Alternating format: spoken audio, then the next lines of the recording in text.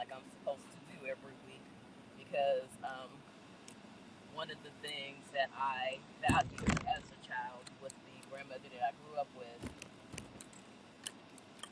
was stability. We had a pretty stable household, and I love the black community. Okay, I'm black, and I'm gonna always love other black people, and I'm always gonna love myself black. So you may wonder, what does it mean to love yourself black, as opposed to just loving yourself period?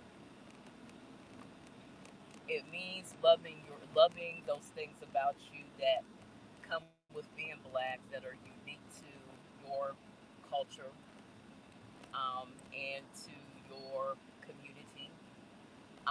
I have been looking at a few. So there's a couple of YouTube pages where the women talk about divesting. So I'm not divesting. Still am holding out hope to marry a good black man because I was raised by good black men. And when you see marriages that are not perfect marriages, but they seem to have a feeling of being in it together, and you see that type of thing work out to the point where the people have been together as long as I've been alive, and I've been alive for 55 years now. So, and you see it done right, not perfect, but right, because you were talking about two very imperfect people coming together and forming an imperfect household, which means having to do what's best for the household. Um, I spend a lot of time. I won't say a lot of time on social media because I don't live inside my smartphone. But most of the issues that I see addressed on social media are issues that you see out here in the world.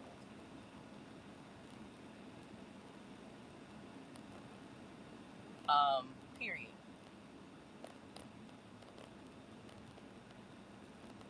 So I was listening to one of the channels. So those are a couple channels. Now you may wonder, well, if you're dating black men, why are you following women who are talking about divesting? Because these are also women who are talking about no longer dating black men and going white or some other culture other than black men. And so a couple of them use this term Blackistan. So Blackistan is a term that is meant to describe, you know, characters that you find in the hood. Very broad term because really these are people that you might find in any area that is of low socioeconomic status, that doesn't have a whole lot of people with a whole lot of money, or they may have other issues that are going on. Social justice warriors, multiple baby mamas, multiple baby daddies, um, what they call mammies, which I'm going to go into at one point because the archetype of the mammy is not one that I'm real crazy about. Number one, I think it pokes fun at heavy set black women, which I dark skinned black women, which I obviously fit. Um, Also, um, it's another way. It really deals with the whole other issue of black women neglecting themselves mentally, physically, spiritually to try to uphold men who really are not growing up at all. Okay? So you're defending Peter Pan syndrome. You're, you know, um, upholding men who routinely harm other women. It's really a way of babying a full grown man. Okay, so I was listening to this Reddit um, thread. I also follow a couple of pages that post stuff from the social media site Reddit. And so I've always been a person that when people post stuff, it's almost as fun for me to look at the comments as it is to read the original post. I always, especially when I was really, really, really in church a lot, would always try to give biblical counsel on some of the stuff that I saw people doing or saying. So it's a way of spreading the gospel and helping people see that does care about everything. You know, the Word of God says that He cares about everything that concerns you. Everything, everything. You know, I think a lot of times we do God like we do, you know, we confuse God. There we go, with our friends. You know, your friend may be overburdened and may not be able to hear you or help you with your problems because your friend got problems of her own, or if your guy his own. But God doesn't have any problems, and I know myself I have to, you know, sometimes get delivered from that because if you've got friends that are doing worse than you are, or seem to be doing worse than you are, it's easy to feel isolated and alone and not want to carry your problems to them because when they're going through enough already, they don't need to hear about my burdens. But I'll tell you who's never tired of hearing about your problems and always wants to have a hand in your problems and helping you to solve your problems and giving you counsel daily, hourly, minute by minute is God. And so why don't if we do, well, he don't want to hear my problems. Of course he does. I know I'm going in a direction I didn't expect to go in, but hey, that's what the Holy Ghost is for. So we don't. We don't go to him enough with the stuff that we are going through. We cast our cares on him because he cares for us. He's concerned about everything we go through. He came down here in the person of Jesus Christ. And, you know, we have a great high priest that sympathizes with everything that we go through. Everything. Everything. Okay? The Word of God says that he was tempted in all ways, but sin not. Okay? Always means always. I'm sure there were men who made passes at him or whatever. He still resisted. I'm not saying that, you know, but because temptation, you don't have to. If somebody tempts me with an apple pie and I don't like apple pie, they still attempted to tempt me, even if I don't have no appetite for whatever it is they're waving in front of me.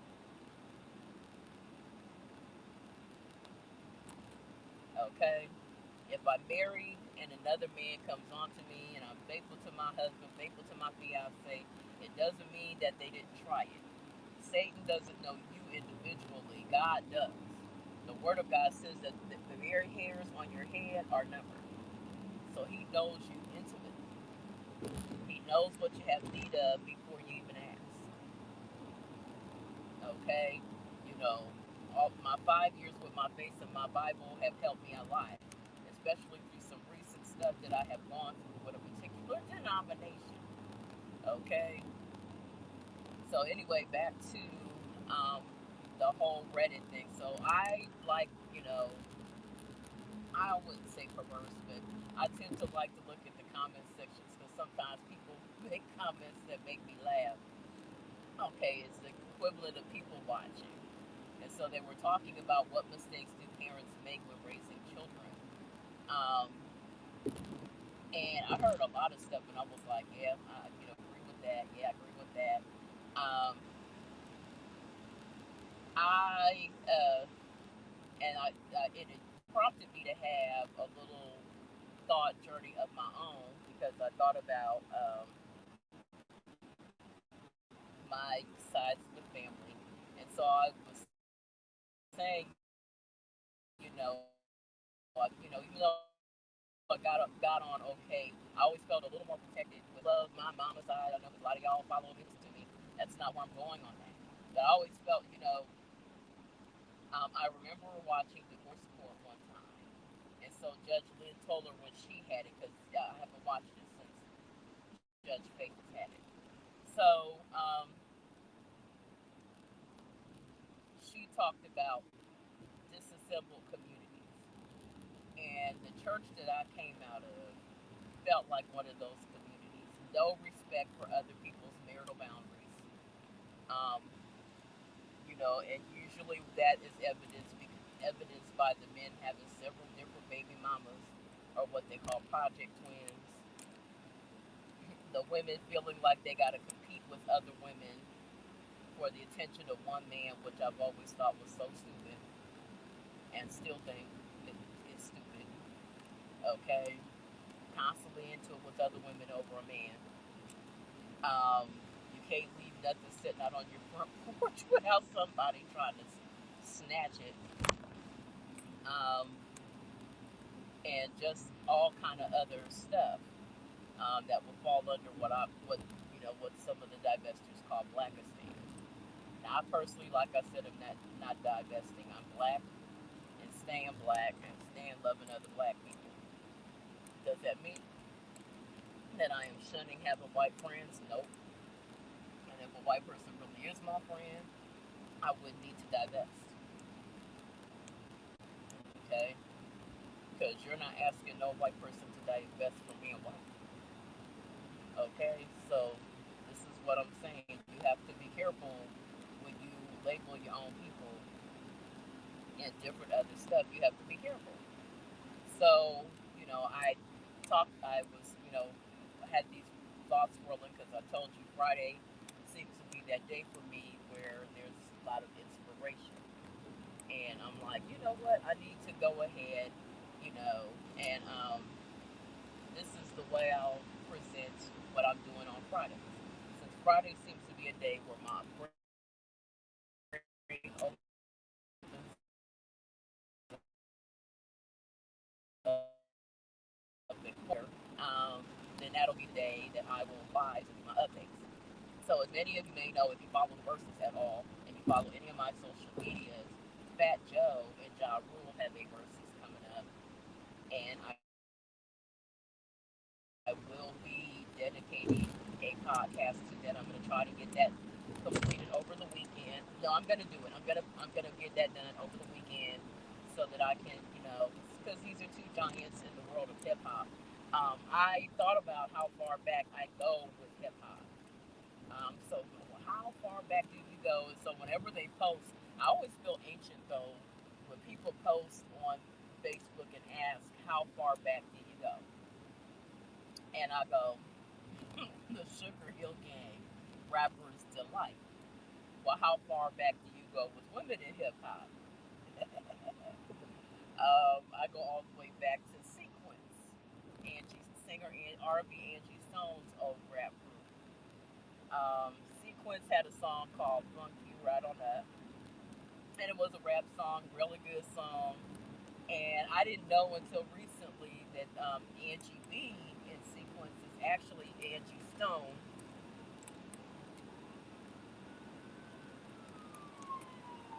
Yeah, trying to hurry up and get over here because the last time I didn't get out.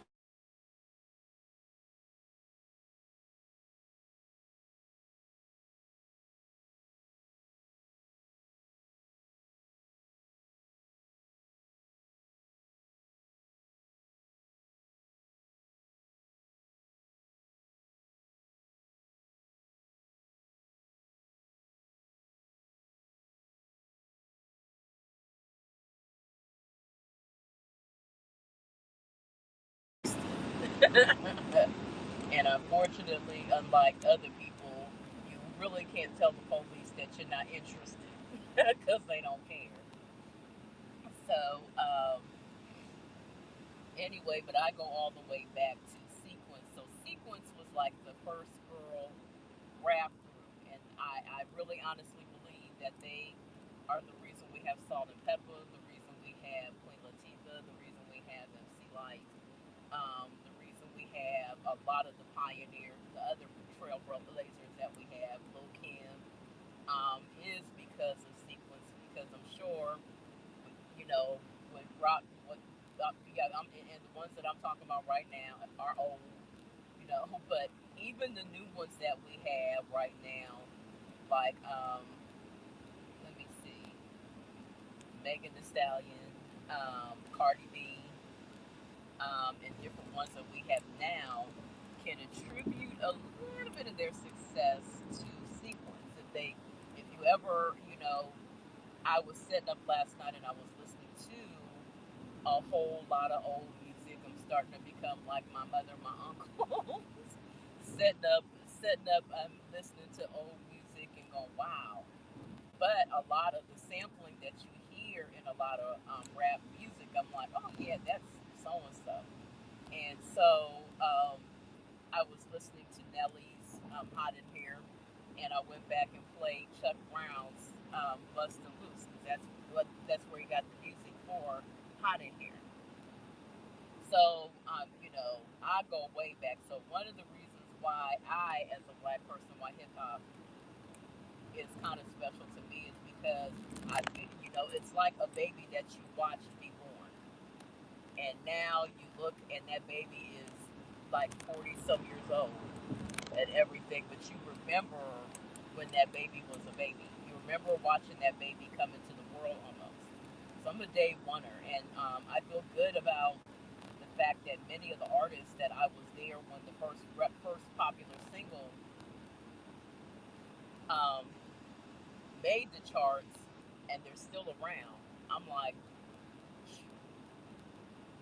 yeah, I'm gonna stay in this media ministry thing because and I do love music, and I'm staying in music ministry, so I'll be getting that together too. And still saving sex for marriage.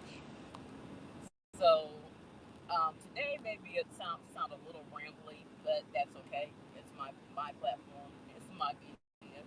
Um, Eventually, I get to the place where I go deep in prayer and have a little more consistent notes or whatever. But Friday mornings for me are for ramblings, for sharing my thoughts on different issues. So anyway, back to the whole um, disassembled community thing. I hate when I hear behavior that's common in all communities um, get attributed to black people as though we're the only ones doing it. And I think, and that's one of the reasons why you hear so many people, white people do it too. Well, they do. We shouldn't imitate anybody's negative behavior. And once you recognize that a behavior is negative, it's time to stop it. But anyway, I came out of this church and it seemed like I'm like, does this church support anybody getting together? Because it seemed like if they didn't want you with somebody, they would fight you on you getting together with that person. And there were motives for it. I honestly believe that they're front for human trafficking. Okay, so that's one of the reasons why some young ladies got fought so hard on getting married, and others were able to get married with little to no effect at all. Okay, especially since there was a high probability or culture. When I hear people talk about side piece culture is not a culture. There's no culture out here of women who are electing to be side pieces. What there is a culture of men cheating. Okay, let's say what the real issue is: men who are unfaithful. Okay, pastors who are unfaithful. Okay, and one of the things I picked up on in a couple of these churches, I'm like, there seems to be an undercurrent of adultery. Okay, whole lot of pastors, and even the pastors who are not cheating are not really addressing the pastors who are.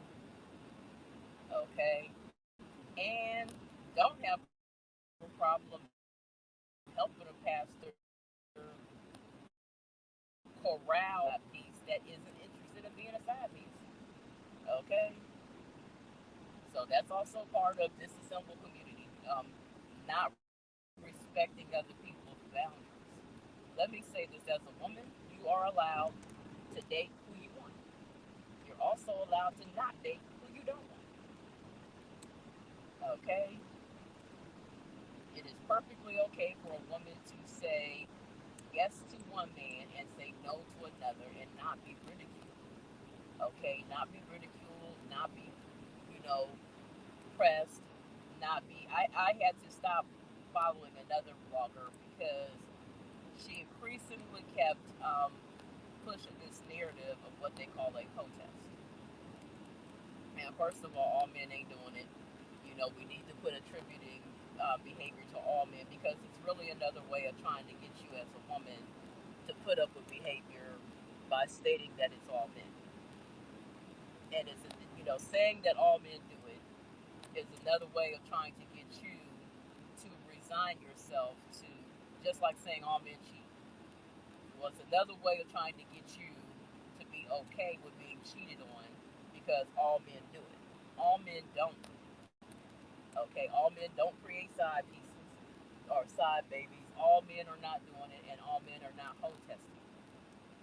So when she got done with this, and I listened to all of this, and then she went into the behaviors that go along with it, and I'm like, okay, first of all men don't do this, so you're lying, and you're getting these women to believe that all men are doing this very unhealthy behavior that all men are not doing. Number one.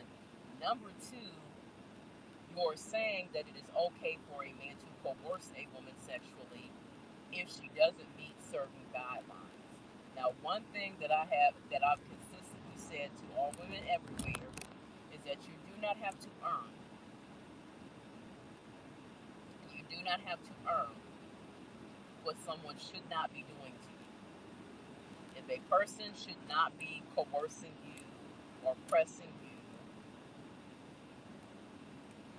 if a person should not be doing certain things to you, you don't have to earn them not doing it.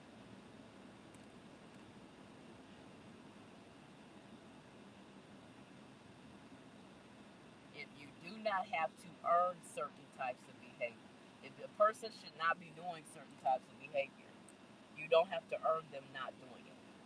You don't earn it. You don't earn them not raping you. You don't earn them not fondling you or fordering you.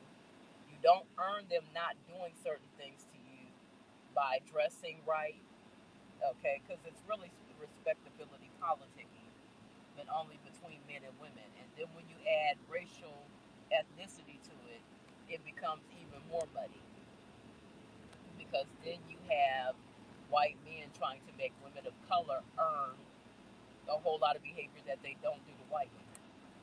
Okay, using your ethnicity as an excuse to keep pressing you. And it can work the other way too. Okay, black men playing on white women's guilt about racism to keep pressing them. So it can go both ways. No means no.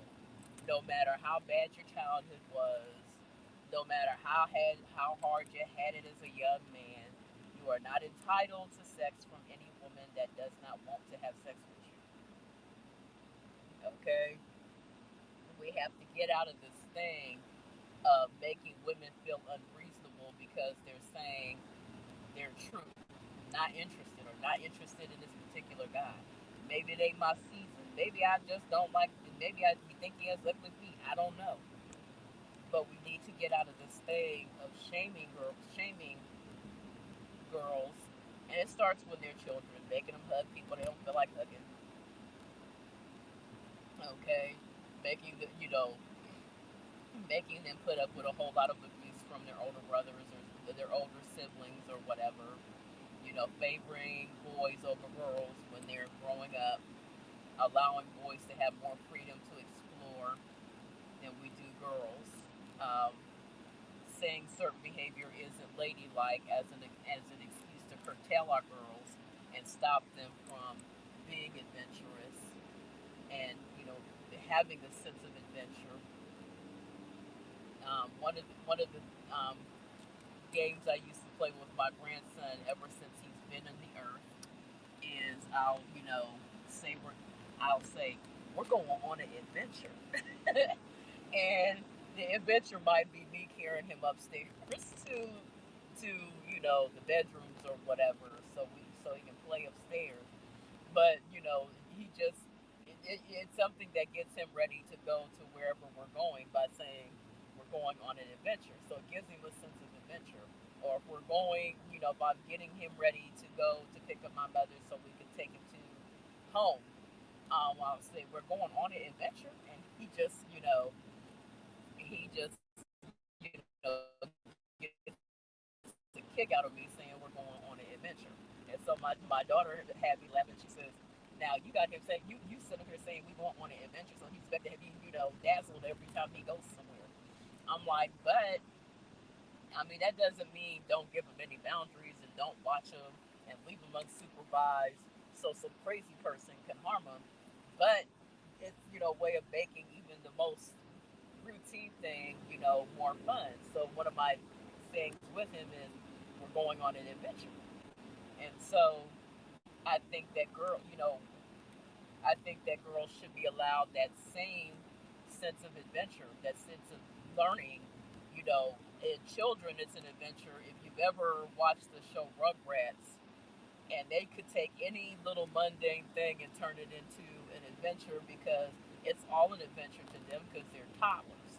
So they're still, creating a sense of fun out of learning about how things work and about how life works, and giving them a sense of fun, making learning fun and everything. And I really honestly do believe, just like I do that for my grandson, I notice he's a boy, but it ought to be the same for girls. They should be able to experiment. They should be able to um, have fun. They should not be under the drudgery of what we call ladylikeness, so limited till they can't even stick up for themselves and feel okay sticking up for themselves. Like I said, you don't have to earn what someone should not be doing to you.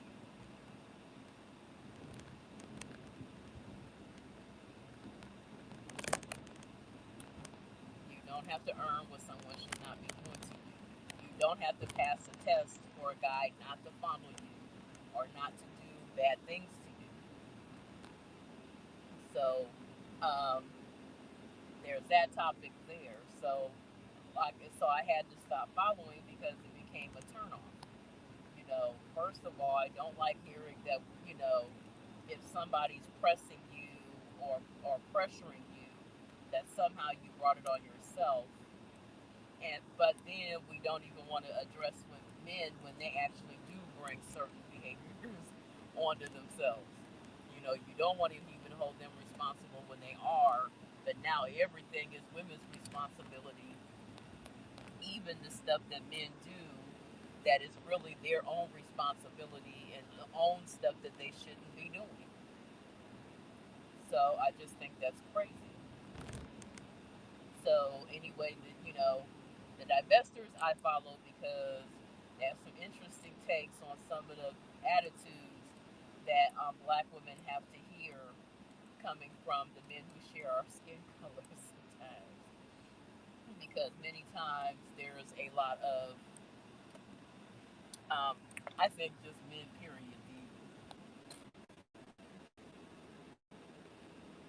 Anyway, but I'm going to go ahead because I may be going live tonight. If I go live tonight, I promise to have a little bit more structured um, conversation ready for us. And I will be talking to you then because I'm right here at work now. So I'll talk to you later. So I will talk to you guys later. Mask up. If you have the day off today, go get vaccinated, please. You know, I'm not anti-vaxxer. I went ahead. I already told y'all, and those of you who follow me closely already know I'm vaccinated. I took both vaccines because I have diabetes too, and I have no desire to have any dealings with Miss Rona. I don't want nothing to do with her. We are perfectly okay to stay distant from one another. Okay. I'm trying to see where I want to park here. I see a space that I want to get next to, so I'm going to go ahead and get that space. Our parking lot is not quite as aggressive as a lot of other parking lots. The one thing I do like about coming to work on Saturdays that not as many people are working. So I don't have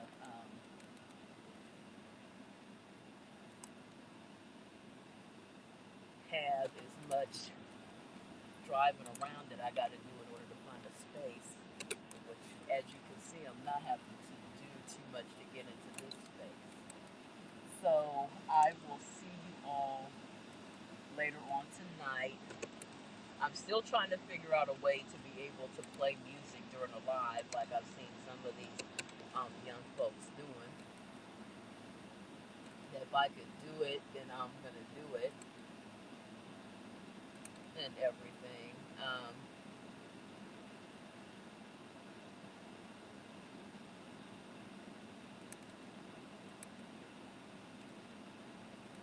Okay. Well, so I will talk to you guys later. You all have a good one. Once again, I am coming to you from HAPS TV. Um, Now, I am trying to find ways to fund Adams Rib Media Ministries without having to dig into anybody's pockets or make anybody subscribe to anything. So I'm trying to get on platforms where I can be monetized by ad revenue, and because there's different ways to monetize. However, I also do receive donations. So if you ever do want to donate on any of the channels, my YouTube channel, I have my Cash App thing up. Also have my PayPal up, where if you want to ever donate, if you feel led to donate um, to the great content that I am doing, but also the great content that I am going to continue to do by having themes. So this month is Giovanni. The month that I became a grandma. My grandson will be 3 at the end of this month. Giovanni is going to be 3 on the 23rd. Um, so I haven't done a whole lot. I just haven't had time. I haven't done a whole lot to celebrate it. My daughter, of course, will be having a birthday party for him. She always says she's not going to. I ain't going through all that this year, and then turn right around and throw a party for him somewhere, invite everybody. And he's her first child. I'm like, he's your first baby. Of course, everything he does is going to be a big deal. I was the same way with her brother. I was kind of the same way with her.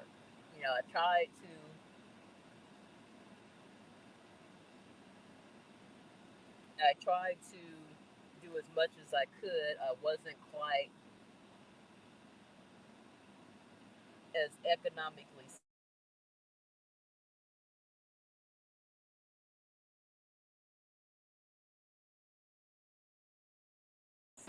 um, in her later years that I began to do more.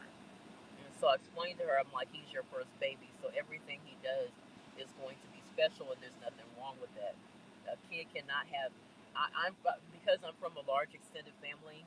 I don't have any problem with the kid having as many positive people in their life as they deserve to have. They deserve to have the best childhood that you can give them, and still be taught how to be a good person when they become an adult. So I will talk to you all later. You have a good one. Good day.